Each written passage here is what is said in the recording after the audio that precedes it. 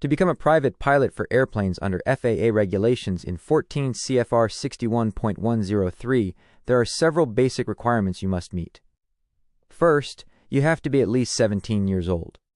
Second, you need to be able to read, speak, write, and understand the English language. This is important because aviation communication is done in English around the world. Third, you need to hold at least a third-class medical certificate. This proves that you're medically fit to fly.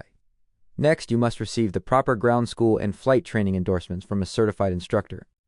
These endorsements mean your instructor has signed off that you are ready for the written test and the check ride. You must also meet all the required flight experience, such as solo time, cross-country flights, night flights, and more. Finally, you must pass both the FAA knowledge test, which is written, and the practical test, which is your check ride.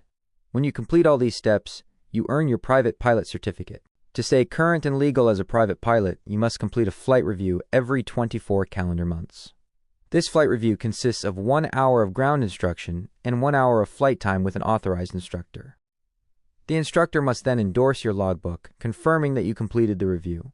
If you want to carry passengers, you must also have made 3 takeoffs and 3 landings in the last 90 days.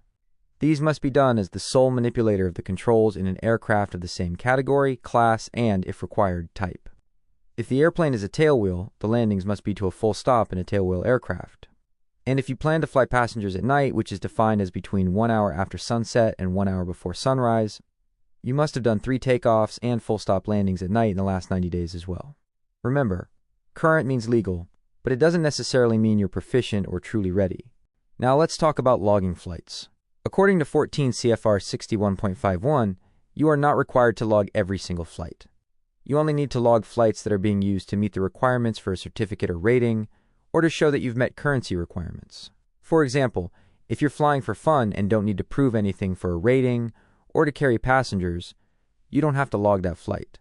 What if you're flying a high-performance or complex airplane, but you don't have the endorsements for them? Let's say your friend does, and they are the official pilot in command. If you're the one flying the airplane, and you have a private pilot certificate for that category and class, can you log PIC time? Yes, you can. According to 14 CFR 61.51, as long as you are rated for the aircraft and you're the sole manipulator of the controls, you can log PIC time. However, this is not the same as acting as the legal pilot in command.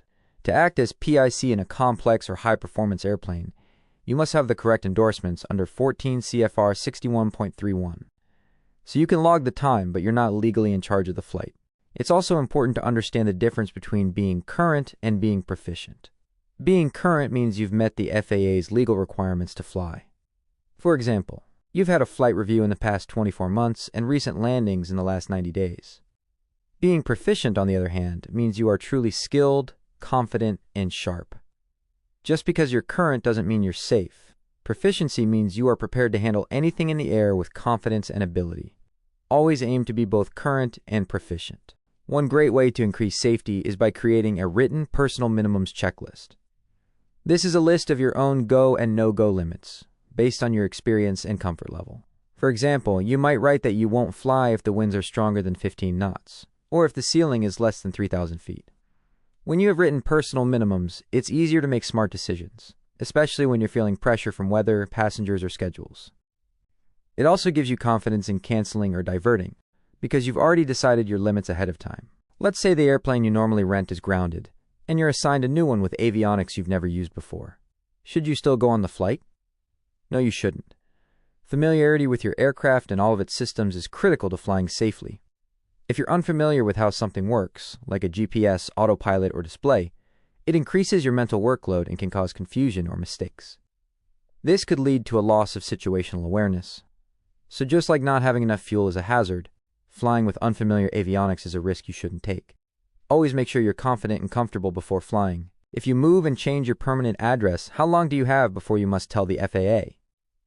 According to 14 CFR 61.60, you have 30 days. After those 30 days, if you haven't updated your address with the FAA, you are no longer allowed to exercise the privileges of your pilot certificate. It's a small but important step. Just like renewing your driver's license, don't forget to update your mailing address. Finally, let's go over when you can log second-in-command time. According to 14 CFR 61.51, You can log second in command or SIC time in two cases.